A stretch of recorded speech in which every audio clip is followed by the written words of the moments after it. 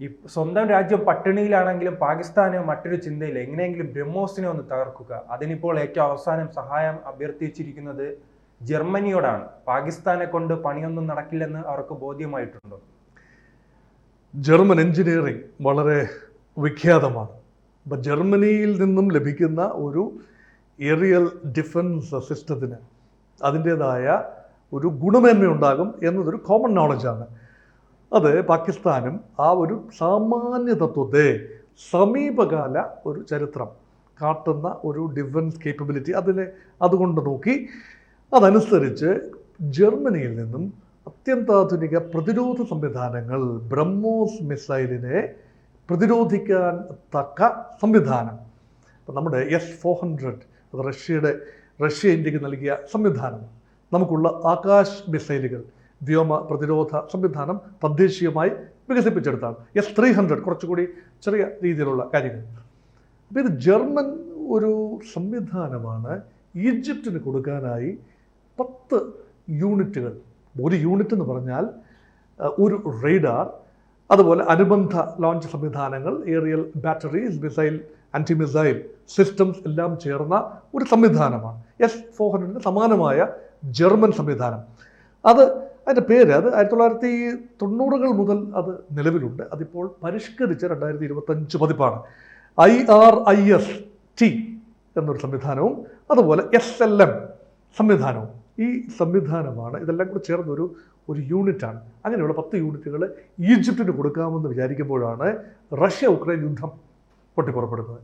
അങ്ങനെയെങ്കിൽ ഉക്രൈന് നൽകിക്കളയാം എന്നതായി ജർമ്മനിയുടെ ചിന്ത.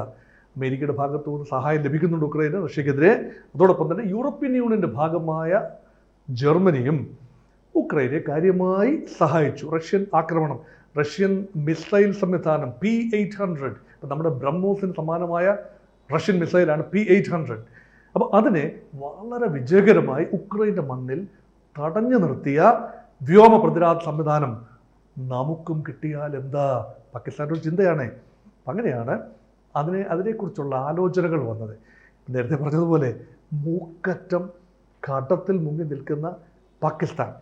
2 വർഷം മുൻപ് പാകിസ്ഥാൻ സമ്പൂർണ്ണ കടബാധ്യത കൊണ്ട് ഒരു ബെയിലൗട്ട് പാക്കേജ്, IMFൻ്റെ ഒരു ബെയിലൗട്ട് പാക്കേജ്, ഒരു $7 ബില്യൺ ബെയിലൗട്ട് പാക്കേജ്, അതിൻ്റെ ഒരു ഗഡു കൊടുക്കുന്നതിനെ കുറിച്ചായിരുന്നു ഈ കഴിഞ്ഞ മാസം വലിയ ആരോപണമുണ്ടായത്. ഓപ്പറേഷൻ സിന്ദൂറിൻ്റെ തീർക്കണമല്ലേ ഒരു $1 ബില്യൺ കുടിശ്ശിക. ഇത് കൈ കിട്ടിക്കഴിഞ്ഞിട്ട് വേണം മിസൈൽ പ്രതിരോധ സംവിധാനങ്ങൾ വാങ്ങാൻ. ADBയുടെ $800 മില്യൺ വായ്പ ഉറപ്പിച്ചത്. ഈ വായ്പയെല്ലാം കൂടി സ്വീകരിച്ച് അവിടെ ഡിഫൻസ് ബഡ്ജറ്റ് 20% വർദ്ധിപ്പിച്ചിരിക്കുന്നത് പാകിസ്ഥാൻ. അപ്പോൾ ഇതെല്ലാം കൂടി ഇന്ത്യയുടെ ആരോപണം, ഇന്ത്യയുടെ ഒരു നിലപാട് ഇതാണ്. പാകിസ്ഥാൻ വലിയ തോതിൽ വായ്പ എടുക്കുന്നു, ADBയിൽ നിന്നും IMFൽ നിന്നും ഇൻഡിവിജ്വൽ രാജ്യങ്ങളിൽ നിന്നും വായ്പ എടുക്കുന്നു. ഈ വായ്പ എടുക്കുന്ന മുഴുവൻ പാകിസ്ഥാനെ അടിമുടി ആയുധവൽക്കരിക്കാനാണ്, അത് ഇന്ത്യക്കെതിരെ ഉപയോഗിക്കാൻ വേണ്ടിയാണ്. ഇതാണല്ലോ ഇന്ത്യയുടെ കണ്ടൻഷൻ. അത് സംസാരിക്കാൻ വേണ്ടിയാണല്ലോ ശശി തരൂരും കൂട്ടരും വിദേശത്ത് പോയത്. ഇപ്പോൾ അതിന് സ്ഥിരീകരണം വന്നിരിക്കുന്നു. ജർമ്മനിയിൽ നിന്നും വലിയ രീതിയിൽ കടമെടുത്ത പണിയായാലും വിത്തെടുത്ത് കുത്തിയാണെങ്കിലും ശരി, ഞങ്ങൾ അടിമുടി രാജ്യത്തെ ആയുധമണിയിക്കും. അവസാനമായിട്ട് ചൈനയെ ഉപേക്ഷിക്കുകയാണ്. ചൈനയുടെ HQ-16 മിസൈലുകൾ, അതുപോലെ HQ-9 മിസൈലുകൾ, ഇതൊക്കെയാണല്ലോ പാകിസ്ഥാൻ ഉപയോഗിച്ചിരുന്ന സംവിധാനങ്ങൾ, ഏറിയൽ പ്രതിരോധ സംവിധാനങ്ങൾ. അത് പോരാത്തത് കൊണ്ടാണല്ലോ ഇപ്പം നമ്മുടെ പാകിസ്ഥാൻ്റെ ഏറിയൽ പ്രതിരോധ സംവിധാനങ്ങളെ പൂർണ്ണമായി തച്ചുടച്ച് തകർത്തു. പാകിസ്ഥാൻ ഒരു പക്ഷേ 10-ാം തീയതി, ഈ മെയ് മാസം 10-ാം തീയതി വെടിനിർത്തലിന് വഴങ്ങിയതിൻ്റെ പ്രധാന കാരണം, വെടിനിർത്തൽ ഇങ്ങോട്ട് ആവശ്യപ്പെട്ടതിൻ്റെ പ്രധാന കാരണം അവർക്ക് വ്യോമാധിപത്യം ഒരിക്കലും ഉണ്ടാവില്ല, ഇന്ത്യക്ക് എയർ സുപ്പീരിയോറിറ്റി ലഭിച്ചു എന്നതുകൊണ്ടാണ്. ഈ വന്ന കാലത്തെ യുദ്ധം മുഴുവൻ തന്നെ ആകാശങ്ങളിൽ നിന്നാണ് യുദ്ധം. അത് എയർക്രാഫ്റ്റുകൾ ഉപയോഗിച്ചും മിസൈലുകൾ താഴെ നിന്ന് ലോഞ്ച് ചെയ്യുന്ന മിസൈലുകൾ ഉപയോഗിച്ചും, surface to air, air to surface and sea to air and sea to land, വിവിധ തരത്തിലുള്ള മിസൈലുകൾ. ഇതിൻ്റെ എല്ലാം വിപുലമായ ശേഖരം ഇന്ത്യക്കുണ്ട്. ഇത് തടയാനുള്ള അയൺ ഡോം, ഇപ്പോൾ ഇസ്രായേലിനുള്ള അയൺ ഡോം പോലെ അമേരിക്കയ്ക്ക് ഒരു ഗോൾഡൻ ഡോമിനെ കുറിച്ച് ട്രംപ് പറയുന്നു. ഇതെല്ലാം തന്നെ, ഈ ഡോം എന്ന് പറയുന്നതൊക്കെ ഈ വ്യോമ പ്രതിരോധ സംവിധാനങ്ങളാണ്. അപ്പോൾ ഇന്ത്യയും വികസിപ്പിക്കാനുള്ള ശ്രമത്തിലാണ്. തദ്ദേശീയമായി വികസിപ്പിക്കാൻ കൂടുതൽ പണം ഇന്ത്യയും ചെലവാക്കേണ്ടി വരും. ആ സമയത്താണ് പാകിസ്ഥാൻ്റെ ജർമ്മനിയുമായുള്ള ഇടപാട് വാർത്തയായി വരുന്നത്. ആ പശ്ചാത്തലത്തിലാണ്. യൂറോപ്യൻ യൂണിയനുമായി നല്ല ബന്ധം സൂക്ഷിക്കുന്ന ഒരു രാജ്യമാണ് ഇന്ത്യ. അപ്പോൾ ഈ പാകിസ്ഥാൻ ആയുധം നൽകാൻ ജർമ്മനി തയ്യാറാകും, അതോ കൃത്യമായി തന്നെ അമേരിക്കയെ പോലെ ഞങ്ങളുടെ ലക്ഷ്യം ആയുധ വ്യാപാരമാണ്, ആ രീതിയിൽ മുന്നോട്ട് പോകുന്നു? കച്ചവടം പിന്നെ ഇത് കച്ചവടമാണ്. ജർമ്മനിയെ സംബന്ധിച്ചിടത്തോളം ഇത് കച്ചവടമാണ്. ഇപ്പം ഇന്ത്യ വലിയ രീതിയിൽ ഡിപ്ലോമാറ്റിക് ഒരു ബ്ലിറ്റ്സ് ക്രീക്ക് തന്നെ നടത്തി. വിദേശ രാജ്യങ്ങൾ പാകിസ്ഥാനുമായി അകലം പാലിക്കേണ്ടതിൻ്റെ ആവശ്യകത, പ്രത്യേകിച്ച് പാകിസ്ഥാൻ ഭീകരതയെ നട്ട് നനച്ച് തഴച്ച് വളർത്തുമ്പോൾ അത് കാര്യകാരണ സഹിതം അത് വിദേശ രാജ്യങ്ങളെ ബോധിപ്പിക്കുന്നു. ഇതെല്ലാം ബോധിപ്പിച്ചുകൊണ്ടിരിക്കുന്നതിന് മധ്യത്തിലാണല്ലോ നേരത്തെ സംസാരിച്ച ADB ലോണും അല്ലെങ്കിൽ പിന്നെ IMFൻ്റെ പിന്നെ അടുത്ത ഗഡു വായ്പാ ഡിസ്പോസലൊക്കെ ഉണ്ടായത്. അതുകൊണ്ട് വിദേശ രാജ്യങ്ങൾ കച്ചവടം വേറെ, തീവ്രവാദം വേറെ. അവർക്ക് കൊള്ളുമ്പോഴേ ജർമ്മനിക്ക് കൊള്ളുമ്പോഴേ ജർമ്മനി മനസ്സിലാക്കൂ. ഇപ്പോൾ തന്നെ സിറിയൻ കുടിയേറ്റത്തിൻ്റെ തിക്തഫലം അനുഭവിക്കുന്ന യൂറോപ്യൻ രാജ്യങ്ങൾ ഒന്ന് തന്നെയാണ് ജർമ്മനി. അപ്പോൾ എത്രത്തോളം കുടിയേറി വരുന്ന ഭീകരത അല്ലെങ്കിൽ അതിർത്തി കടന്നു വരുന്ന ഭീകരത അതിൻ്റെ ഇരയാണ് മിക്ക യൂറോപ്യൻ രാജ്യങ്ങളും. ഇപ്പോൾ ബ്രിട്ടൻ അത് പേടിച്ചാണല്ലോ ബ്രെക്സിറ്റ് പോലും സംഘടിപ്പിച്ചത്. ഞങ്ങൾക്ക് വേണ്ട, ഇനിയിപ്പോൾ ഈ അഭയാർത്ഥികളുടെ ഭാരം പേറാൻ ഞങ്ങളില്ല, അതുകൊണ്ട് we are exiting from the European Union. Britain അത് ഭംഗിയായത് ചെയ്തു. ജർമ്മനിയും ഫ്രാൻസും സ്പെയിനും പോർച്ചുഗലും ബെൽജിയം, നെതർലാൻഡ്, ലക്സംബർഗ് രാജ്യങ്ങളും ഇറ്റലിയും എല്ലാം തന്നെ ഇപ്പോഴും യൂറോപ്യൻ യൂണിയൻ്റെ ഭാഗമായി EU റെജിമെൻ്റെ ഭാഗമായി നിൽക്കുന്നു. അപ്പോൾ അവർക്ക് തമ്മിൽ ചില ധാരണകളുണ്ട്, പക്ഷേ സൈനിക ധാരണകളൊന്നും തന്നെയില്ല. അത് ഇൻഡിവിജ്വലിയാണ് കച്ചവടം. ജർമ്മനി പാകിസ്ഥാന് മിസൈലുകൾ കൊടുക്കുകയാണെങ്കിൽ, മിസൈൽ പ്രതിരോധ സംവിധാനം നൽകുകയാണെങ്കിൽ അത് കച്ചവടമാണ്. അത് EUവിൻ്റെ മൊത്തത്തിലുള്ള ഒരു നയമുണ്ട്. ആ നയം ഒരിക്കലും പാകിസ്ഥാനെതിരല്ല. ഇന്ത്യക്ക് അനുകൂലമെന്നോ പാകിസ്ഥാനെതിരെന്നോ പറയാനാവില്ല. അവർ ന്യൂട്രലാണ് അക്കാര്യത്തിൽ. പിന്നെ വ്യക്തമായ സൂചന ഇന്ത്യ പറയുന്നു, ഭീകരതയ്ക്കെതിരെയുള്ള പോരാട്ടം അതാണ് ഇന്ത്യ നടത്തുന്നത്, അതിന് ലോകരാജ്യങ്ങൾ അണിചേരണം. പാകിസ്ഥാൻ രാഷ്ട്രമാണ് ടെറർ പെർപ്പച്വേറ്റ് ചെയ്യുന്നത്, തീവ്രവാദികളെ ഉപയോഗിക്കുന്നു. സൈന്യം നടത്തുന്ന ആക്രമണം പോലെ തന്നെയാണ് തീവ്രവാദികൾ നടത്തുന്ന ആക്രമണം. പക്ഷേ ആ രാജ്യങ്ങൾ എടുക്കുന്നത് എന്താണ്? Hizbul Mujahideen, Harkatul Mujahideen, Jaishe Mohammed, Lashkar e Taiba, they are all non state actors. അത് പാകിസ്ഥാൻ്റെ വാദഗതിയാണ്. ആ വാദഗതിക്കാണ് പ്രാബല്യം അവിടെ കിട്ടുന്നത്. അവർ നോൺ സ്റ്റേറ്റ് ആക്ടേഴ്സ് അല്ലേ, അവർ എന്ത് ചെയ്യാൻ സാധിക്കും? അവർ വൈറസ് പോലെ വ്യാപിക്കുന്നവരല്ലേ. പാകിസ്ഥാൻ രാഷ്ട്രമല്ല, അതേസമയം ഇന്ത്യ പാകിസ്ഥാനെ ആക്രമിച്ചിരിക്കുന്നു.